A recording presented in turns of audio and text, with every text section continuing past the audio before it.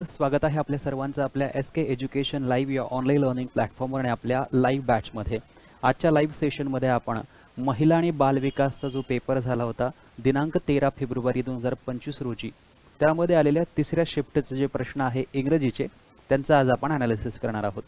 सुरुवात करूया पहिल्या प्रश्नाला। पहिला प्रश्न आहे the following sentence has been divided into 3 parts. खाली दिलेलं वाक्य हे 3 पार्टमध्ये डिवाइड करण्यात आलेलं आहे। Identify the part that contains an error. असा पार्ट आपल्याला आयडेंटिफाय करायचा आहे की ज्यामध्ये एरर असेल। If there is no error then select no error. आणि जर त्या पार्टमध्ये एरर नसेल तर नो एरर नावाचं जे ऑप्शन आहे ते आपल्याला उत्तर म्हणून या ठिकाणी द्यायचं आहे। मित्रांनो सेंटेन्स बघा, प्लीज बी व्हेरी केअरफुल। सेंटेन्सची सुरुवात प्लीजने झालेली आहे, त्यानंतर या ठिकाणी बी घेतलेला आहे, बी नंतर व्हेरी आहे आणि व्हेरी नंतर जर केअरफुल जर तुम्ही पाहिलं तर केअरफुल काय आहे या ठिकाणी ॲडजेक्टिव्ह आहे। So please be very careful असं आपण म्हणू शकतो। त्यानंतर पुढे बघा टू नंतर अटॅच वापरलेला आहे, वर्बचा फर्स्ट फॉर्म आहे ओनली दी फोटोकॉपीज। म्हणजे सेंटेन्समध्ये असं म्हटलेलं आहे की प्लीज बी व्हेरी केअरफुल, खूप काळजीपूर्वक राहा। टू अटॅच करताना ओनली द फोटोकॉपीज, फक्त फोटोकॉपीज जे आहेत ते अटॅच करा। Also not the original documents, आणि ओरिजिनल डॉक्युमेंट्स जी आहेत ती अटॅच करू नका। मग या सेंटेन्समध्ये जर आपण पाहिलं मित्रांनो, जर या ठिकाणी आपल्याला नॉट पाहायला मिळते तर नॉट सोबत हा जो ऑल्सोचा वापर केलेला आहे हा या ठिकाणी चुकीचा आहे। या ऑल्सोच्या ऐवजी जर आपण अँड हा शब्द वापरला असता तर आपलं हे सेंटेन्स कदाचित बरोबर झालं असतं, परंतु या ठिकाणी हा जो ऑल्सो वापरलेला आहे त्यामुळे आपलं हे सेंटेन्स चुकीचं आहे। आणि आपण म्हणू शकतो की also not the original documents हा जो सेगमेंट आहे किंवा हा जो पार्ट आहे हा चुकीचा आहे आणि त्यामुळे आपल्याला या पार्टला चुकीचं करावं लागेल। म्हणून आपलं करेक्ट ऑप्शन जे आहे ते काय होईल मित्रांनो, ऑप्शन 4 होईल। त्यामुळे ज्यांनी ऑप्शन 4 हे उत्तर दिलेलं आहे त्यांचं उत्तर या ठिकाणी कसं असणार आहे, बरोबर असणार आहे। पुढचा प्रश्न विचारलेला आहे select the most appropriate option to complete the sentence. Sentence complete करण्यासाठी अप्रोप्रिएट ऑप्शनचा वापर आपल्याला करायचा आहे। सेंटेन्स बघा 3 शब्दांचं सेंटेन्स आहे, ही आहे, ही नंतर वॉज आहे आणि वॉज नंतर काय आहे, बिझी आहे। आता बिझी नंतर बघा एकतर आपल्याला इन हा प्रिपोजिशन वापरून आयएनजी प्रत्यय लावावा लागेल व्हर्बला, किंवा जर इन दिलेलं नसेल तर व्हर्ब जो असेल तो डायरेक्ट आयएनजी घेणार आहे। हे सर्वांना माहिती असलं पाहिजे। प्रेपोजिशन मध्ये आपण शिकलेलं आहे की फिक्स प्रेपोजिशन कुठे वापरले जातात, की बिझी हा शब्द जर असेल तर त्यानंतर इन आणि व्हर्ब जो असेल तो आयएनजी फॉर्म मध्ये येईल, आणि जर इन घेतलेला नसेल तरी देखील व्हर्ब जो आहे तो आयएनजी फॉर्म मध्ये येईल। मग बघा या ठिकाणी बिझी नंतर आपल्याला व्हर्ब आयएनजी फॉर्म मध्ये पाहिजे किंवा इन पाहिजे। इन तर कुठेच दिसत नाहीये, मग सरळ आपण व्ही आयएनजी तपासायचा। इकडे हॅड आहे म्हणून हे कॅन्सल, इकडे ईडी आहे म्हणून हे कॅन्सल, इकडे पॅकला आयएनजी आहे म्हणून हे बरोबर, इकडे हॅज बीन आहे म्हणून कॅन्सल, आणि आता आपलं ऑप्शन 3 जे आहे ते या ठिकाणी करेक्ट उत्तर होईल। मित्रांनो अत्यंत सोपा प्रश्न या ठिकाणी आपल्याला विचारण्यात आलेला आहे की बिझी नंतर आपल्याला जो व्हर्ब घ्यायचा आहे तो कोणता आहे। ऍक्च्युअली हा व्हर्ब नसतो, याला आपण जेरंड असं म्हणत असतो। सो हे सर्व महत्त्वाचं आहे, लक्षात ठेवायचं। यापुढे बिझीचा हा जो छोटासा नियम आहे तो तुम्ही लक्षात ठेवा, म्हणजे तुमचं उत्तर पुढे चुकणार नाही। पुढचा प्रश्न विचारलेला आहे select the most appropriate option to complete the sentence. पुन्हा एकदा एका करेक्ट ऑप्शनचा वापर करून आपल्याला हे सेंटेन्स जे आहे ते कंप्लीट करायचं आहे। मग बघा या ठिकाणी विचारलेला आहे आय हॅड ऑलरेडी। आय हा आपल्या वाक्याचा सब्जेक्ट आहे, त्यानंतर हॅड जो आहे तो पास्ट परफेक्ट टेन्स आहे आणि या ठिकाणी ऑलरेडी वापरलेला आहे। मग हॅड नंतर नेहमी आपण व्हर्बचा तिसरा फॉर्म वापरतो, हे सगळ्यांना माहिती असलं पाहिजे की हॅड जर असेल तर हॅड सोबत आपण काय घेतो, व्हर्बचा तिसरा फॉर्म घेतो। मग आपण जर पहिल्या ऑप्शन मध्ये पाहिलं तर पहिलं ऑप्शन आयएनजी फॉर्म मध्ये आहे म्हणजे हे कॅन्सल होईल। दुसरं जर ऑप्शन पाहिलं टेकन हा V3 आहे म्हणजे हे बरोबर होईल। तिसरं ऑप्शन जर पाहिलं टुक हा V2 आहे म्हणजे हे कॅन्सल होईल। चौथं जर ऑप्शन पाहिलं टेक हा V1 आहे म्हणजे हे ऑप्शन कॅन्सल होईल। मग आता आपण बघा या ठिकाणी ऑप्शन 2 जे आहे ते करेक्ट उत्तर होईल की I had already taken breakfast, की मी ऑलरेडी ब्रेकफास्ट जो आहे तो घेतला होता, मी ऑलरेडी ब्रेकफास्ट जो आहे तो घेतला होता। क्लिअर आहे। बघा पहिले 3 प्रश्न इतके सोपे आहेत की प्रत्येकाला या प्रश्नाचं उत्तर जे आहे ते देता येणार आहे। आणि इव्हन तुम्हाला प्रश्नाचं उत्तर जरी देता आलं नसेल मित्रांनो तरी फक्त 3 छोटे छोटे नियम लक्षात ठेवा की जेव्हा आपल्याला एखादं सेंटेन्स नेगेटिव्ह करायचं आहे तर नेगेटिव्ह सोबत आपण ऑल्सोचा वापर करत नाही, अँडचा वापर करतो। दुसऱ्या सेंटेन्समध्ये दुसऱ्या प्रश्नामध्ये आपल्याला लक्षात ठेवायचं आहे की बिझी नंतर डायरेक्ट जो व्हर्ब येणार आहे तो आयएनजी फॉर्म मध्ये येणार आहे। आणि तिसऱ्यामध्ये सगळ्यांना माहिती आहे की हा एक पास्ट परफेक्ट टेन्स आहे, हे एक पास्ट परफेक्ट टेन्सचं वाक्य आहे, इथे हॅड नंतर व्हर्बचा तिसरा फॉर्म येणार आहे। ऑप्शन मध्ये केवळ असंच एक ऑप्शन आहे की ज्यामध्ये V3 वापरलेला आहे, मग तेच आपलं करेक्ट उत्तर या ठिकाणी होईल। मित्रांनो क्लिअर आहे सर्वांना। आता बघा पुढचा प्रश्न select the most appropriate option to fill in the blank. Meera is not blank today. हे पण अगदी सोपं सेंटेन्स आहे। या ठिकाणी वाक्याचा सब्जेक्ट जो आहे तो काय आहे, मीरा आहे। मीरा नंतर कशाचा वापर केलेला आहे, इजचा। आता या इज नंतर आपण कशाचा वापर करतो? जर पॅसिव्ह वॉइसचं वाक्य असेल तर V3 आणि ऍक्टिव्ह वॉइसचं वाक्य असेल तर आपण कशाचा वापर करणार? व्हर्बच्या ING फॉर्मचा वापर करणार. जर आपण पूर्ण सेंटेन्स बघतोय तर सेंटेन्सवरनं कुठेही आपल्याला असं दिसत नाहीये की हे वाक्य पॅसिव्ह वॉइसचं वाक्य आहे. आणि हे जर पॅसिव्ह वॉइसचं वाक्य नसेल तर मग या ठिकाणी V3 आपल्याला घेता येणार नाही. मग आता फक्त शिल्लक राहिला की व्हर्ब जो आहे तो ING फॉर्म मध्ये घ्यावा लागेल. म्हणजे मीरा इज नॉट वर्कड जो V3 आहे तो या ठिकाणी चुकीचा होईल. हॅज नंतर वर्कड ऑलरेडी या ठिकाणी इज वापरलेला आहे तर हॅज येणार नाही म्हणजे कॅन्सल. आणि हा जो वर्किंग आहे हा ING फॉर्म मध्ये आहे म्हणजे ऑप्शन 3 बरोबर. वर्क्स V1 ला जो S जोडलेला आहे तो पण येणार नाही. ऑप्शन 3 जे आहे ते आपलं करेक्ट उत्तर या ठिकाणी होईल.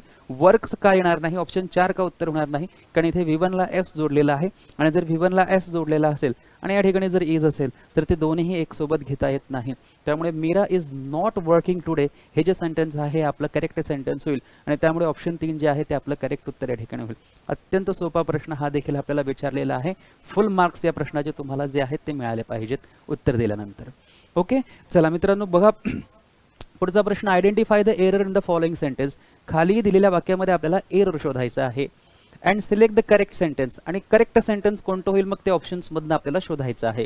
बघा सेंटेन्स मध्ये काय दिलेलं आहे? We are having no house to live in.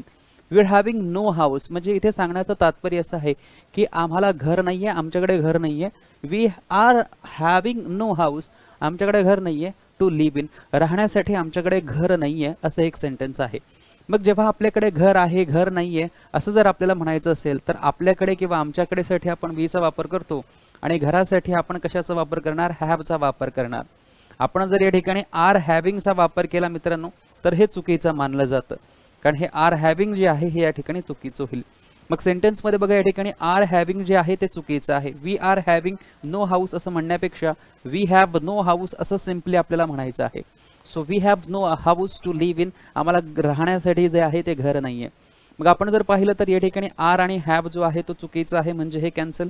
We don't having, don't जरी बरोबर असलं मित्रांनो तरी या ठिकाणी हॅव्हिंग जो आहे तो ING फॉर्म मध्ये आहे मग हा कॅन्सल होईल.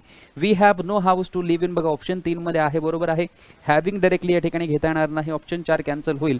मग आता या परिस्थितीत ऑप्शन 3 जे आहे तेच आपला करेक्ट उत्तर जे आहे ते होणार आहे.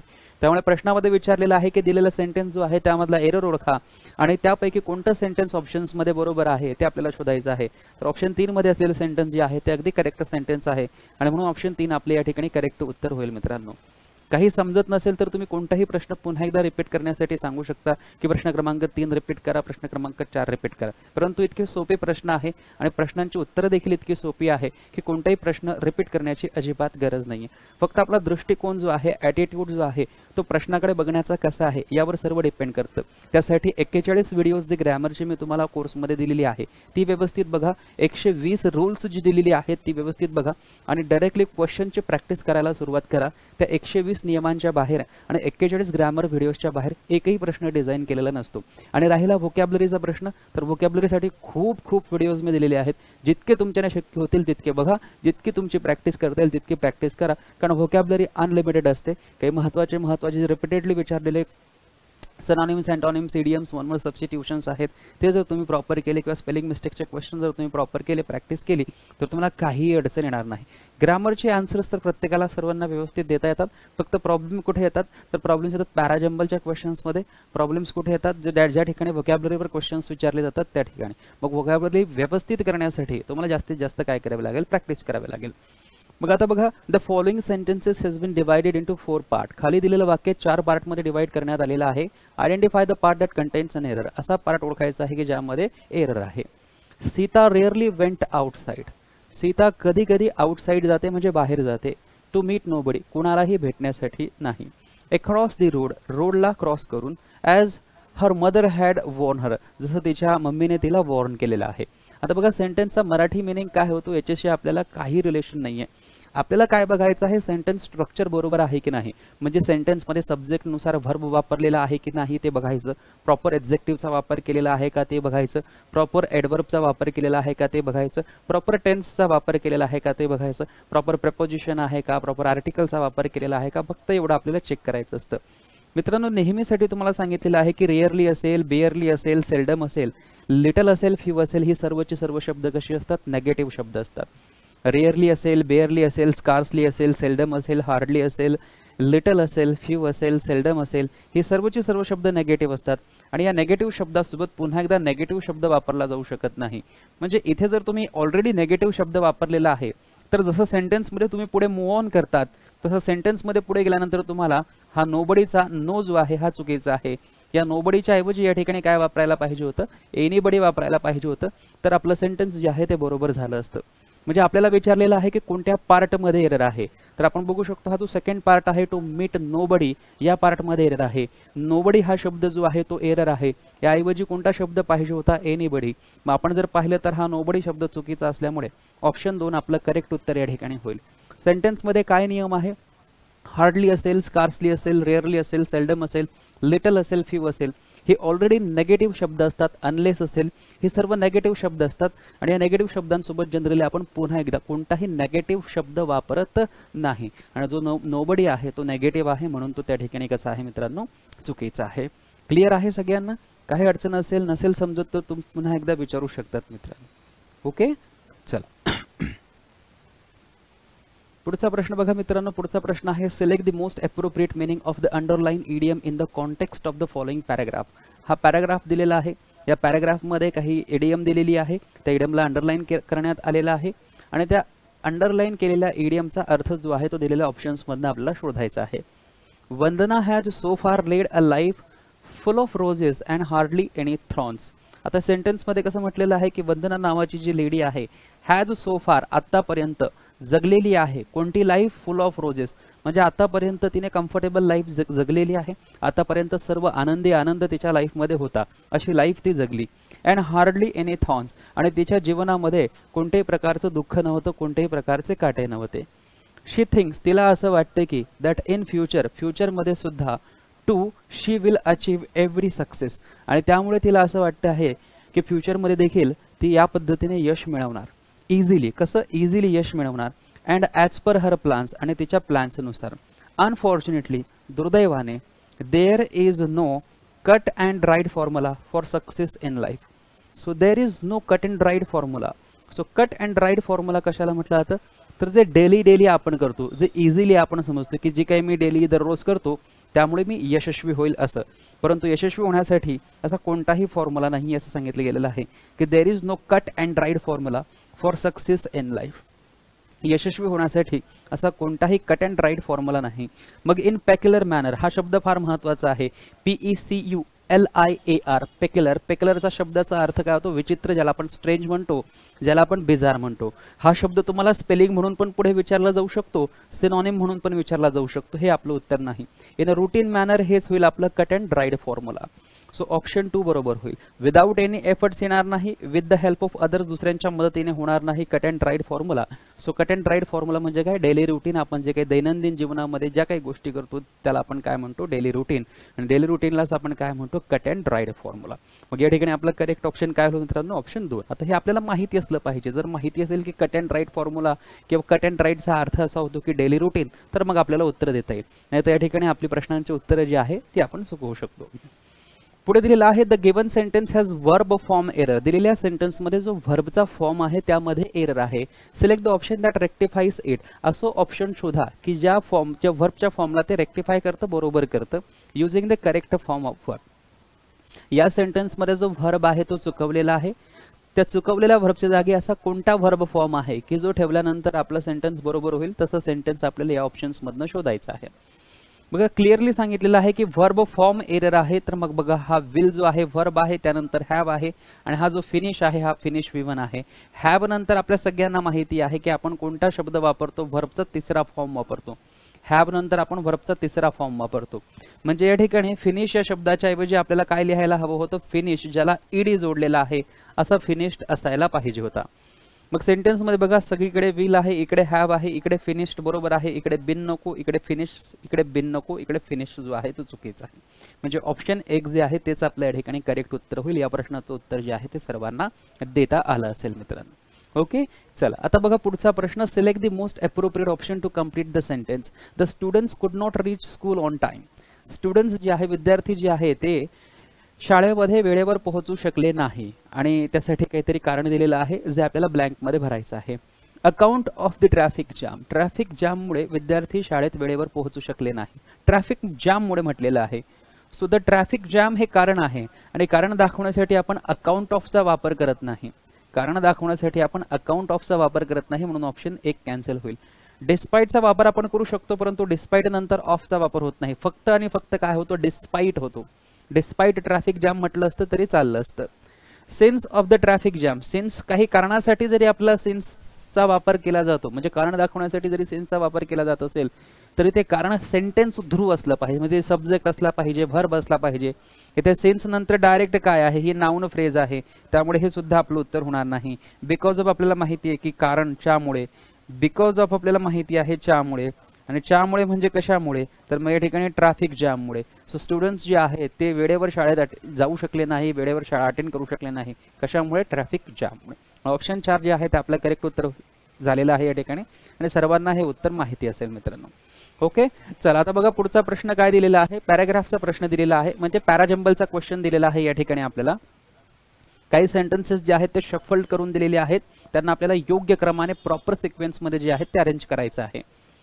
The knowledge and products of the outside world entered Japan only through the port of Dejima. या ठिकाणी सांगितलं जात आहे की नॉलेज अँड प्रोडक्ट्स, की जे ज्ञान आणि जे वेगवेगळ्या प्रकारचे प्रोडक्ट्स आहेत ऑफ द आउटसाइड वर्ल्ड, बाहेरच्या जगातील, एंटर्ड जपान, ते जपानमध्ये एंटर्ड केले. परंतु कोणतं नॉलेज आहे, कोणते प्रोडक्ट्स आहेत याबद्दल अजूनही काहीही माहिती नाही, त्यामुळे हे आपलं पहिलं सेंटेन्स होणार नाही. जर आपण ऑप्शनकडे बघितलं मित्रांनो तर सर्व ठिकाणी आपल्याला काय दिसतंय की सर्व ऑप्शन्स डी ने सुरू होत आहे, म्हणजे आपल्याला क्लिअरली कळतंय की डी जे आहे ते आपलं पहिलंच सेंटेन्स आहे. त्यामुळे आपल्याला पहिल्या सेंटेन्ससाठी आता जास्त काही या ठिकाणी काम करण्याची गरज नाही. ऑलरेडी आपल्याला कळतंय की कोणतेही ऑप्शन आपण जरी घेतलं तरी आपलं डी जे आहे तेच पहिलं सेंटेन्स होईल, म्हणून यालाच आपण आपलं पहिलं सेंटेन्स मानूया. Japan is the canonical example of culture that developed in isolation. की जपान हे कसं एक्झाम्पल आहे, कॅनॉनिकल. कॅनॉनचा अर्थ तुम्हाला माहिती होता बघा, कॅनॉनचा अर्थ मी तुम्हाला सांगितलेला आहे की कॅनॉन म्हणजे काय, एक रूल किंवा नियम. So Japan is the canonical example of culture, एक असं कल्चर आहे जपान की ज्यामध्ये काय आहे, एक सेट ऑफ रूल्स आहे, दॅट डेव्हलप्ड इन आयसोलेशन, आणि ते कशामध्ये डेव्हलप झालेलं आहे, आयसोलेशन मध्ये डेव्हलप झालेलं आहे. हे आपलं पहिलं सेंटेन्स आहे. त्यानंतर पुढे दिलेलं आहे, the knowledge and products outside the world entered Japan only through the port of Dejima, a single valve under the close control in the Shogun government. एक गव्हर्नमेंटचं नाव आहे. सो आपल्याला डी नंतर ए जे आहे त्या ठिकाणी कनेक्ट करताना दिसतंय का. सो आपण जर पाहिलं बघा, डी नंतर एकतर एच येणार किंवा डी नंतर एकतर बीच येणार, डी नंतर एकतर एच येणार किंवा डी नंतर एकतर बीच येणार. मग आपण डी ला ए शी कनेक्ट करू आणि डी ला बी शी कनेक्ट करू, जे प्रॉपर वाटेल आपल्याला ते आपण पुढे जाऊ. डी ला ए शी कनेक्ट करून पाहिलं तर डी ला बी शी कनेक्ट करू की Japan is the canonical example of culture that developed in isolation. आणि पुढे दिलेलं आहे, for more than 2 centuries until 1853 foreigners were barred from the country and Japanese people were forbidden from living or reentering. आता आपण जर पाहिलं sentence D नंतर जे आहे ते सेंटेन्स बी या ठिकाणी प्रॉपर जुळताना दिसतंय की एकीकडे सांगितलेलं आहे की एक्झाम्पल आहे कल्चरचं आणि दॅट डेव्हलप्ड इन आयसोलेशन, आणि त्यानंतर सांगितलं आहे की for more than 2 centuries until 1853 foreigners were barred from the country. Foreigners were barred, फॉरेनर्सला थांबवण्यात आलं होतं. आणि इथे बघा काय दिलेलं आहे, आयसोलेशन. 1853 पर्यंत फॉरेनर्सला जपानमध्ये एंट्री नव्हती, आणि या ठिकाणी काय, जपान कसं कल्चर आहे, आयसोलेशन मध्ये डेव्हलप झालेलं कल्चर आहे. म्हणून डी नंतर बी जे आहे त्या ठिकाणी आपल्याला प्रॉपर दिसते. मग डी नंतर ए जे आहे त्या ठिकाणी काय होईल मित्रांनो, कॅन्सल होईल. आता डी बी झालेला आहे, एकतर सी येईल किंवा ए येईल. मग आपण जर पाहिलं तर या ठिकाणी बघा द रिझल्ट आपल्याला पाहायला मिळतोय, आणि जो रिझल्ट आहे हा रिझल्ट जो आहे हमेशा शेवटी येतो, नेहमी शेवटी येतो. म्हणून आपल्याला काय करावं लागेल की पहिलं सेंटेन्स जे आहे ते डी घ्यावं लागेल, दुसरं सेंटेन्स जे आहे ते बी घ्यावं लागेल, तिसरं सेंटेन्स जे आहे ते ए घ्यावं लागेल, आणि सी सेंटेन्स जे आहे ते शेवटी घ्यावं लागेल. म्हणजे डी बी ए सी जर आपण पाहिलं तर ऑप्शन 4 मध्ये आहे. मग ऑप्शन 4 आपल्या या ठिकाणी करेक्ट उत्तर होईल मित्रांनो. त्यामुळे आपल्याला फक्त लिंक लावायची आहे की कोणतं सेंटेन्स कोणत्या सेंटेन्सला लिंक होईल. सेंटेन्स डी सेंटेन्स बी लाच का लिंक झालं, कारण या ठिकाणी सांगितलेलं आहे की ते असं कल्चर आहे की ते आयसोलेशन मध्ये डेव्हलप झालं, आणि या ठिकाणी कोणत्या तरी कंट्रीजला या ठिकाणी बाकीच्या ज्या कंट्रीज आहेत त्या कंट्रीजचे म्हणजे जे फॉरेनर्स आहेत त्यांना काय करण्यात आलं होतं, बार्ड करण्यात आलं होतं 1853 पर्यंत. हे त्या ठिकाणी लिंक करण्याचं काम करते. म्हणून आपण डी आणि बी घेतलं. त्यानंतर आपण या ठिकाणी काय केलं, एक लॉजिक लावण्याचा प्रयत्न केला की इकडे रिझल्ट दिलेला आहे तो नेहमी शेवटी येणार आणि म्हणून डी बी ए सी जे आहे ते आपल्या या ठिकाणी काय होईल, करेक्ट पॅराजंबल होईल. ओके. पुढे बघा, identify the error in the following sentence. दिलेल्या वाक्यातील एरर जो आहे तो आपल्याला ओळखायचा आहे. वी हॅव सॉ दिस मूवी ऑलरेडी. बघा आता किती वेळा सांगितलेलं आहे की हा जो हॅव असणार आहे या हॅव नंतर आपल्याला व्हर्बचा तिसरा फॉर्म वापरायचा आहे. जर आपण V2 वापरला तर चुकीचा होईल, V1 वापरला तर चुकीचा होईल, VING वापरलं तर चुकीचं होईल, V1 ला जर आपण SES जोडलं तरी काय होईल, चुकीचं होईल. सो या ठिकाणी हा जो सॉ आहे हा सॉ काय आहे, V2 आहे, म्हणजे हा चुकीचा आहे. काय असला पाहिजे, V3 असला पाहिजे, सी नसला पाहिजे. सो आर येणार नाही, पहिलं option cancel. We have been येणार नाही, दुसरं option cancel. We have seen, तिसरं ऑप्शन बरोबर. वी आर, आर नंतर सॉ V2 जो आहे तोही येणार नाही. हा आर नंतर सॉ जो V2 आहे हा पण कसा आहे, चुकीचा आहे.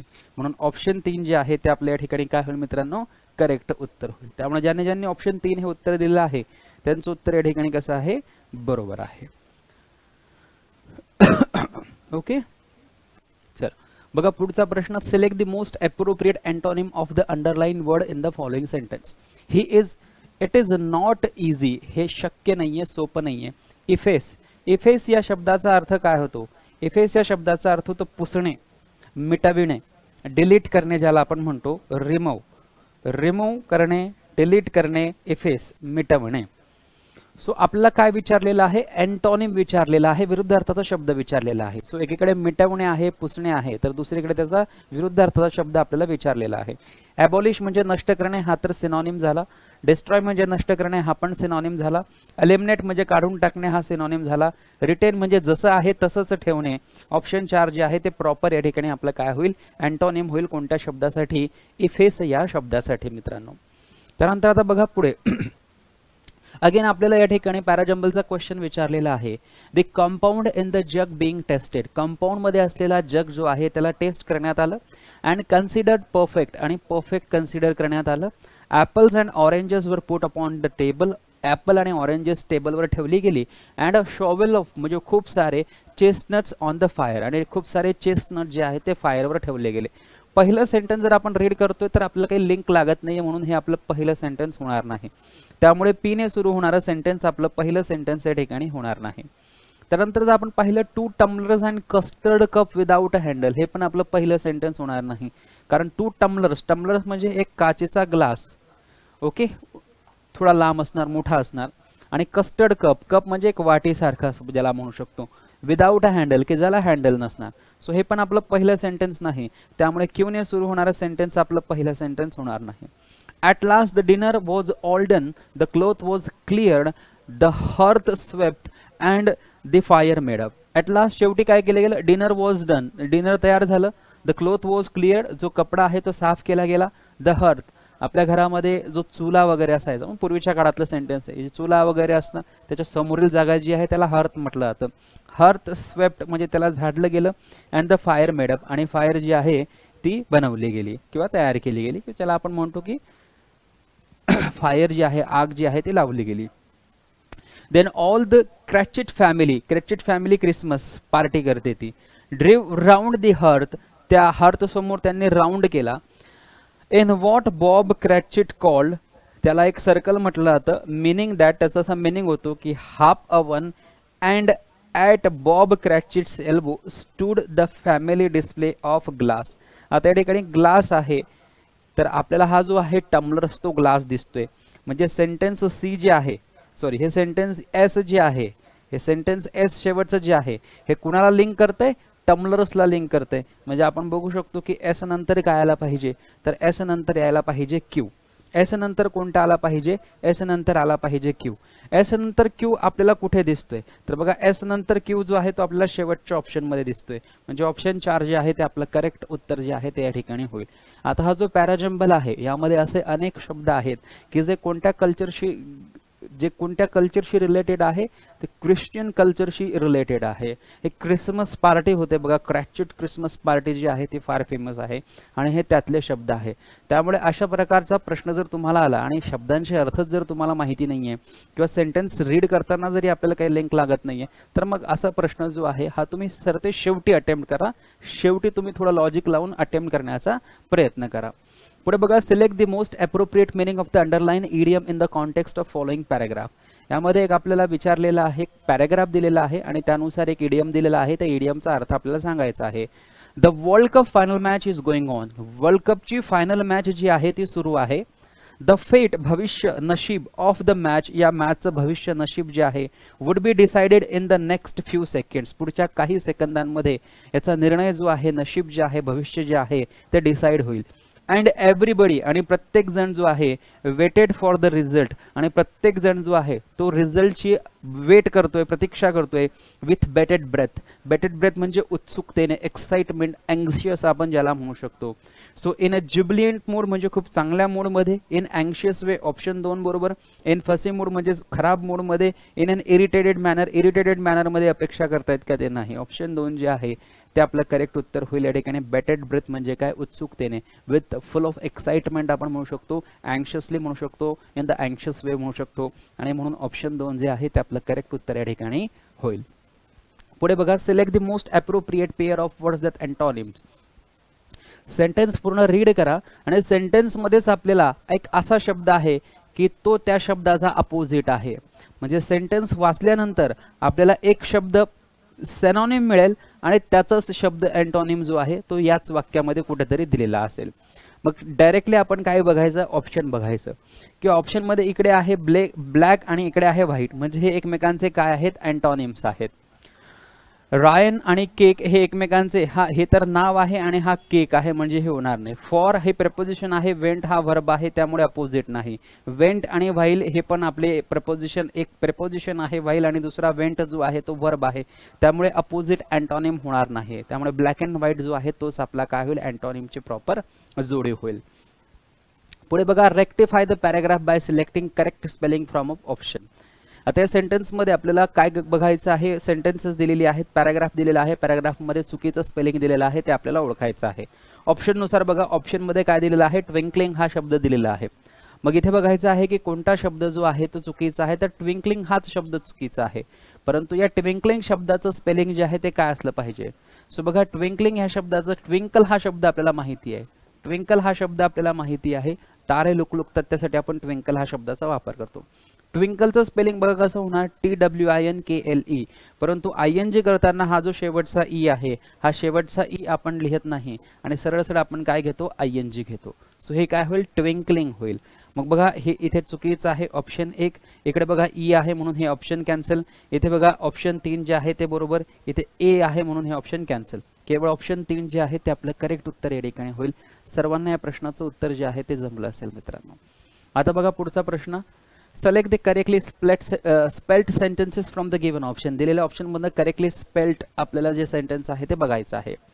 बघा, ॲडचं स्पेलिंग बरोबर, टू बरोबर, दॅट बरोबर, द बरोबर, फेमस बरोबर, baby, box, the, newborn, starter, kit, given, to, all, expectant, expectant parents. बघा, एक्सपेक्ट म्हणजे काय, एक्सपेक्ट म्हणजे अपेक्षा करणे, एक्सपेक्ट म्हणजे काय, अपेक्षा करणे, आणि ज्यांच्याकडनं अपेक्षा केली जात आहे ते काय होतील, एक्सपेक्टंट. सो हा ANT जो आहे हा फार या ठिकाणी महत्वाचा आहे.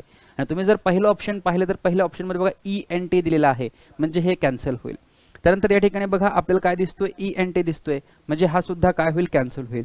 इकडे बघा ANT दिसतोय म्हणजे हे बरोबर होईल. इकडे बघा ENT दिसतोय म्हणजे हा कॅन्सल होईल. म्हणजे ऑप्शन 3 जे आहे तेच आपल्या ठिकाणी करेक्ट उत्तर होईल. केवळ एका शब्दामुळेच आपल्याला कळत आहे. सो पॅरेंट्स इन ट्रेडिशन, जर आपण इकडे पण पाहिलं बघा ट्रेडिशन, इकडे ट्रेडिशनचं स्पेलिंग चुकीचं आहे म्हणून हे कॅन्सल. त्यानंतर इकडे ट्रेडिशनचं स्पेलिंग जे आहे ते बरोबर आहे परंतु एक्सपेक्टंटचं स्पेलिंग चुकीचं आहे. इकडे ट्रेडिशनचं स्पेलिंग बरोबर आहे, इकडे ट्रेडिशनचं स्पेलिंग बरोबर आहे, बाकी एक्सपेक्टंटचं स्पेलिंग जे आहे ते चुकवलेलं आहे आणि म्हणून ऑप्शन 3 जे आहे ते आपलं करेक्ट उत्तर या ठिकाणी होईल. पुढचा प्रश्न बघा, select the correctly spelled sentences from the given option. पुन्हा एकदा आपल्याला करेक्टली स्पेल्ड असलेलं सेंटेन्स जे आहे ते शोधायचं आहे.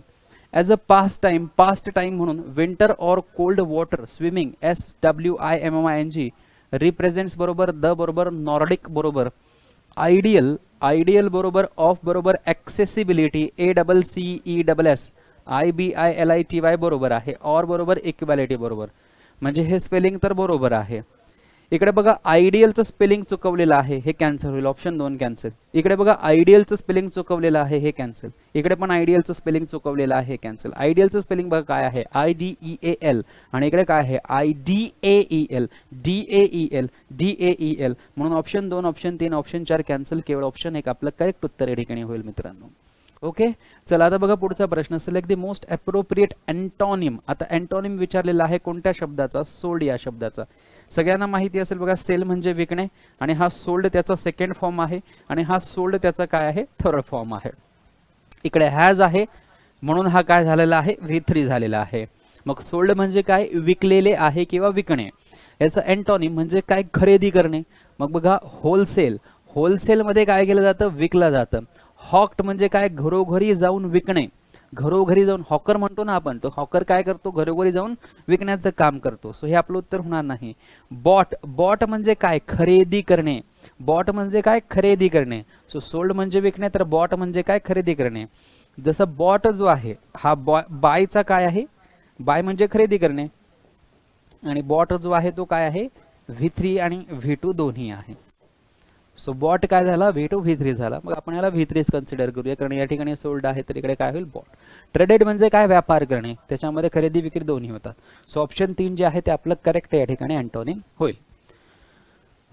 पुढे बघा आपल्याला दिलेला आहे एक पॅराग्राफ पॅसेज रीड करायचा आहे आणि आपल्याला दिलेल्या प्रश्नांची उत्तरं द्यायची आहे.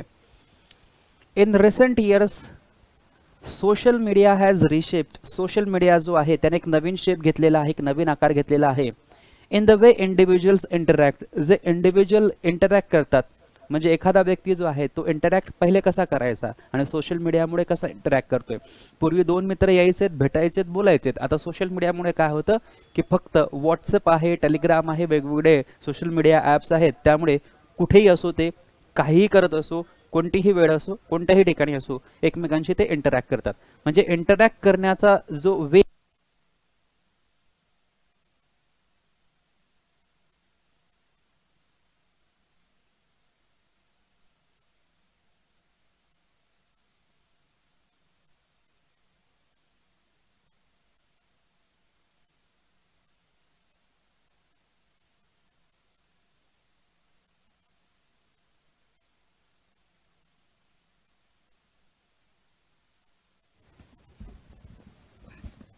हॅलो हा आता आवाज येतोय बघा.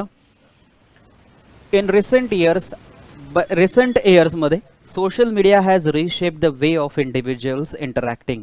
इंडिव्हिज्युअल कसं इंटरॅक्ट करतं त्याचा पूर्ण चेहरा मोहरा जो आहे तो सोशल मीडियाने काय केलेला आहे चेंज केलेला आहे. ऑन द वन हँड एके हाती किंवा एकीकडे it has provided new means की त्या सोशल मीडियाने नवीन माध्यम आपल्याला प्रोव्हाइड केलेले आहे टू डेव्हलप रिलेशनशिप डेव्हलप करण्यासाठी वेगवेगळे मार्ग जे आहेत ते आपल्याला दिलेले आहेत.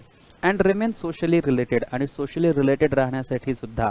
And has फॅसिलिटेड more reciprocal and कॉन्टिन्युअस interaction. आणि आपल्याला अशी फॅसिलिटी दिलेली आहे अशी सुविधा दिलेली आहे की आपण अधिक चांगल्या पद्धतीने एकमेकांशी कॉन्टिन्युअस इंटरॅक्शन जे आहे ते करू शकतो.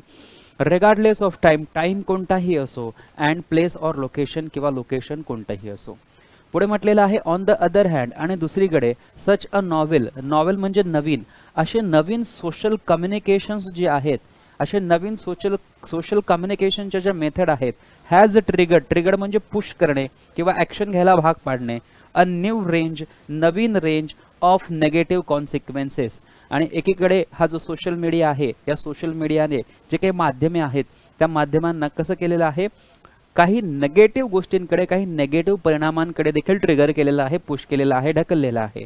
Wear virtual communities operate in different modalities. Virtual community different प्रकारे काम करतात in comparison to traditional communication त्या ठिकाणी नसतं. And where a new set of interaction आणि एक नवीन सेट ऑफ इंटरॅक्शन जो आहे नॉर्म्स त्याचे जे विचार आहे are perceive to exist by individuals आणि इंडिव्हिज्युअल्स द्वारा ते परसिव्ह केले जातात. वन सच नेगेटिव्ह एक्सपिरियन्स, यापैकी एक नेगेटिव्ह एक्सपिरियन्स जो आहे is the fear of missing out, FOMO. यापैकी एक जो नेगेटिव्ह कॉन्सिक्वेन्स आहे किंवा एक नेगेटिव्ह परिणाम जो आहे सोशल मीडिया माध्यमचा, तो काय आहे, फिअर ऑफ मिसिंग आउट. म्हणजे थोड्या वेळासाठी जरी एखाद्या व्यक्ती सोशल मीडियापासून दूर राहिला तर त्याला असं वाटतं की मला लोक विसरून जातील. So fear of missing out, FOMO ज्याला आपण म्हणत असतो. This typically refers to the preoccupation of users of social media with lost opportunities when they are offline or unwilling to connect and communicate with others. तेच आहे जे आता सांगितलं तुम्हाला की सोशल मीडिया जो आहे त्याने जरी इंटरॅक्शनचा वे, पूर्ण काळ वगैरे सगळं बदललेलं असलं तर याचे काही नेगेटिव्ह परिणाम आपल्याला पाहायला मिळतात. आणि त्या नेगेटिव्ह परिणामामध्ये काय आहे की व्यक्ती यांच्यापासून दूर जाऊ शकत नाही आणि थोडाही जरी तो दूर गेला तरी त्याला असं वाटतं की मी कुठेतरी एकटा पडलेलो आहे किंवा मला सगळेजण जे आहेत ते विसरून गेलेले आहेत. Connect and communicate with others to extend they wish.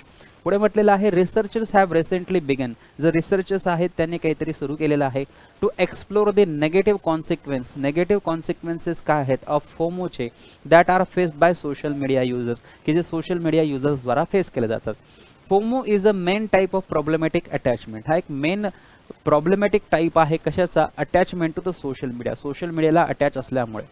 And is associated with a range of negative life experiences and feelings such as a lack of sleep, reduced life competency, emotional tension.